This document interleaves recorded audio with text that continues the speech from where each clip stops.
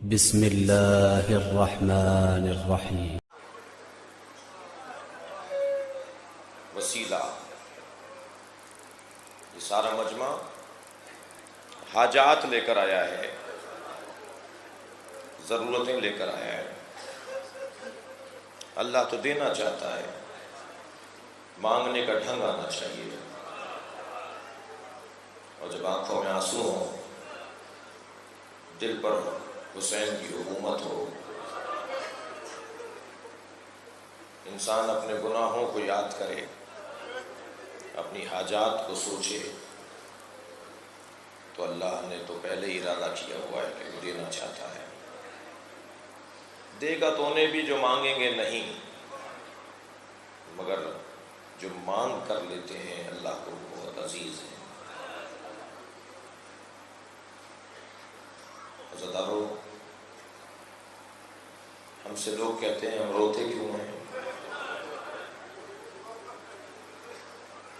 یہ گریہ ندامت نہیں ہے، یہ گریہ پشیمانی نہیں ہے۔ ہم تو اس زمانے میں تھے ہی نہیں نا، تو ہماری ندامت کا کیا مطلب؟ ہم تو اس زمانے میں تھے ہی نہیں۔ ہم اگر آج رو رہے ہیں تو ہماری ندامت کا تو کوئی مطلب نہیں ہے۔ کیوں رو رہے ہو بھائی؟ اس لیے کہ تم تو تھے ہی نہیں، جو تم کچھ کرتے۔ تو یہ گریہ ندامت کا گریہ نہیں ہے، یہ گریہ حسرت کا گریہ ہے۔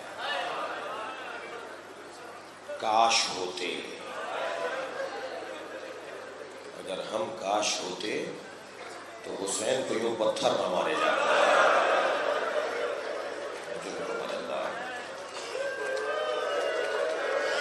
خدا کسی پر میں نہ رلائے سوائے میں کہتے ہیں، ہم اگر کربلا میں ہوتے تو زہرا کے لال کو یوں گھوڑے سے گرایا نہ جاتا۔ میں ایک جگہ مجلس پڑھ کر نکلا، ایک روتا ہوا عزادار مجھ سے کہنے لگا، مولانا آپ نے مصائب کم پڑھے۔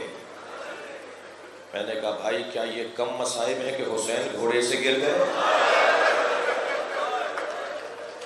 میں اور آپ گھنٹوں روتے رہے نا، تو کم ہے کہ حسین گھوڑے سے گر گئے؟ میں ابھی اس ممبر سے اگر گر جاؤں تو کتنے چاہنے والے بڑھیں گے؟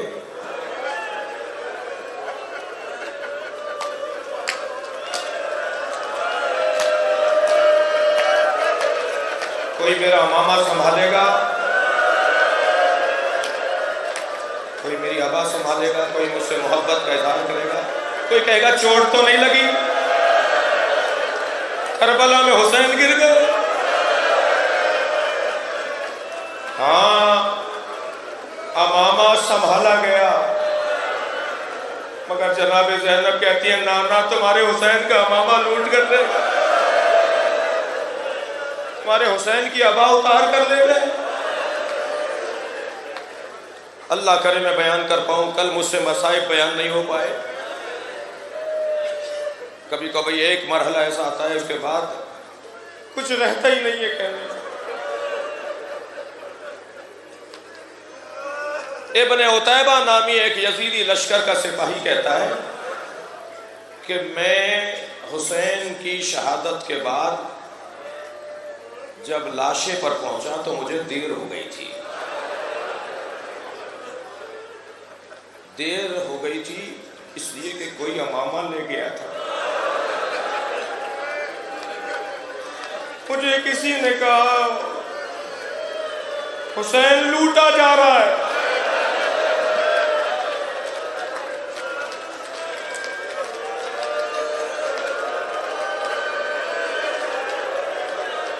جب میں پہنچا حسین کے لاشے پر تو کوئی امامہ لے جا چکا تھا، حسین کا امامہ اتار کے کوئی لے گیا تھا، حسین کی ابا اتار کر کوئی لے گیا تھا۔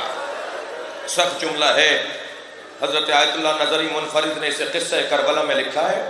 وہ کہتا ہے کہ کوئی حسین کی ابا لے گیا تھا، کوئی حسین کی نالینیں اتار کر لے گیا تھا۔ کہتا ہے ایک شخص نے حسین کی انگوٹھی اتارنا چاہی، اس سے انگوٹھی اتر نہیں رہی تھی، اس نے انگلی کاٹ دی تھی۔ اب حسین کوئی تلوار لے گیا، اب حسین حسین کے بدن پہ وہ پھٹا ہوا کرتا تھا جو انہوں نے رخصت آخر کے وقت اپنی بہن زینب سے مانگا تھا۔ اجر و کمال اللہ، اجر و کمال اللہ۔ تسلی سے روئیں گے، مجھے جلدی نہیں ہے، فرصت دیں گے۔ میرے حصے کی آج اس خمسے کی آخری مجلس ہے۔ امام نے آخری وقت میں جو بہن سے کرتا مانگا تھا نا، آپ رو رہے ہیں، ہم سے لوگ کہتے ہیں ہم روتے کیوں ہیں؟ جب جناب زینب سے کرتا مانگا تھا تو بی بی خیمے میں جا کے روئی تھی، اس لیے کہ آخری وقت میں جناب زہرا نے 4 سالہ زینب کو بلایا تھا۔ جب بی بی زہرا کی شہادت ہو رہی تھی نا تو 4 سالہ زینب کو بلایا تھا، بیٹی زینب یہ صندوق اٹھا کے لاؤ۔ جناب زینب صندوق اٹھا کے لائیں، کہا زینب اسے کھولو۔ جیسے کھولا، کہا بیٹا نظر کیا آ رہا ہے؟ کہا اماں چند کفن ہے۔ کہا ایک کفن نکالو، اس کفن کے اوپر لکھا تھا یہ فاطمہ زہرا کا کفن ہے۔ فرمایا بیٹا اسے سنبھالو، یہ مجھے کفن تمہیں دینا ہے۔ دوسرا کفن نکالا، کہا اماں ایک اور کفن ہے، کہا یہ تمہارے بابا علی کا کفن ہے۔ یہ روایت صحیح روایت ہے، ہماری کتابوں میں موجود ہے کہ نبی کی رحلت کے موقع پہ جنت سے 5 کفن آئے تھے۔ جنت کے حنوط آیا تھا، جنت سے حنوط آیا تھا، جنت سے 5 کفن آئے تھے۔ نبی کو جبریل دے کر گئے تھے کہ یہ پنجتن کے کفن ہیں، یہ 5 کفن ہیں۔ نبی کو کفن ملا، نبی کے بعد 4 کفن اور ہیں۔ جناب زینب نے بتایا اماں ایک کفن ہے، کہا یہ میرا کفن ہے۔ دوسرا کفن نکالا، اماں ایک اور کفن ہے، کہا یہ تمہارے بابا علی کا کفن ہے۔ تیسرا کفن نکالا، یعنی چوتھا کفن نبی لے چکے ہیں تو یہ چوتھا کفن نکالا، فرمایا یہ تمہارے بھائی حسن کا کفن ہے۔ 5واں کفن نکالا، فرمایا یہ تمہارے بھائی حسن کا کفن ہے۔ کہا اماں پہلا کفن بھی بھائی کا تھا، کہا نہیں تمہارے حسن بھائی کے 2 کفن ہیں۔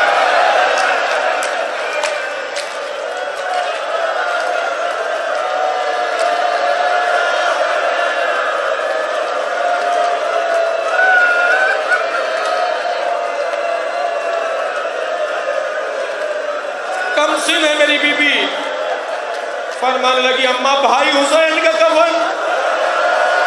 کہا بیٹا کفن حسین کا نہیں آیا۔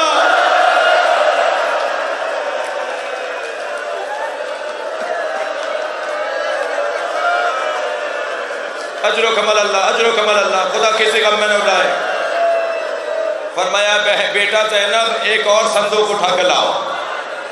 جب دوسرا صندوق لے کر آئی، کہا اس میں کھولو، کچھ چیزیں اور تھیں گھر کی۔ فرمایا کچھ کپڑے نظر آئے؟ کہا اماں کچھ کپڑے۔ کہا ایک کرتا نظر آ رہا ہے، یہ کرتا سنبھال کے رکھو، جب حسین تم سے کربلا میں مانگے تو سمجھنا کچھ دیر بعد میرا بچہ مارا جائے گا۔ میری بی بی انتظار میں تھی، میرا بھائی کب آ کے کرتا مانگے گا؟ آ کر کہا بہن زینب وہ میری ماں کا کرتا مجھے دو۔ تو بی بی کرتا تو لینے گئی، مگر خیمے میں بیٹھ کے بہت روئی ہیں، اس لیے کہ بی بی کو ماں یاد آئی ہے کہ کچھ دیر بعد تمہارا بھائی مارا جائے گا۔ اب لا کر اجر و کمال اللہ، تھکیں گے نہیں، مجھے 2 منزل اور لینی ہے۔ لا کر جناب زینب نے وہ کرتا امام حسین کو دے دیا۔ امام اپنے حجرے میں گئے ہیں، اپنے خیمے میں گئے ہیں، امام نے کپڑوں کے اندر وہ کرتا پہنا ہے، جو کپڑے ابا اوپر پہنی ہوئی ہے، قبا اوپر پہنی ہوئی ہے، اس کے اندر وہ کرتا پہنا ہے، اور اس کرتے کو پہننے کے بعد جگہ جگہ سے پھاڑا ہے۔ تو ننھی سکینہ برابر میں آ کے کھڑی ہوئی، کہا بابا یہ کیوں پھاڑ رہے ہیں آپ؟ کیا بتائے حسین اس بچی کو؟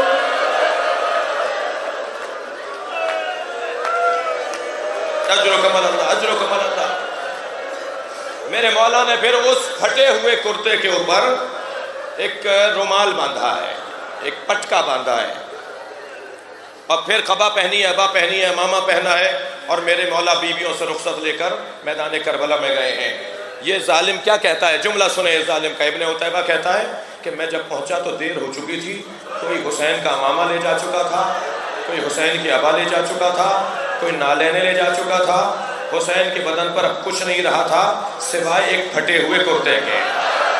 میں نے کچھ دیر اس کرتے کو دیکھا تو میں نے کہا اس کرتے کی تو کوئی قیمت ہی نہیں ہے، تو میری نگاہ گئی حسین کی کمر پہ بندھے ہوئے اس پٹکے پر۔ سخت جملہ ہے، اللہ کرے بیان کر پاؤں۔ وہ کہتا ہے میری نگاہ گئی حسین کے بندھے ہوئے پٹکے کے اوپر جس نے اس کرتے کو روکا ہوا تھا، تو میں نے چاہا کہ میں اس پٹکے کو کھول کے لے جاؤں۔ جب میں نے اس کی گرہ کھولنے کے لیے ہاتھ بڑھایا تو حسین کا ہاتھ اٹھ کر آیا گرہ پر، میں نے حسین کا ہاتھ کاٹ دیا۔ جو حکم اللہ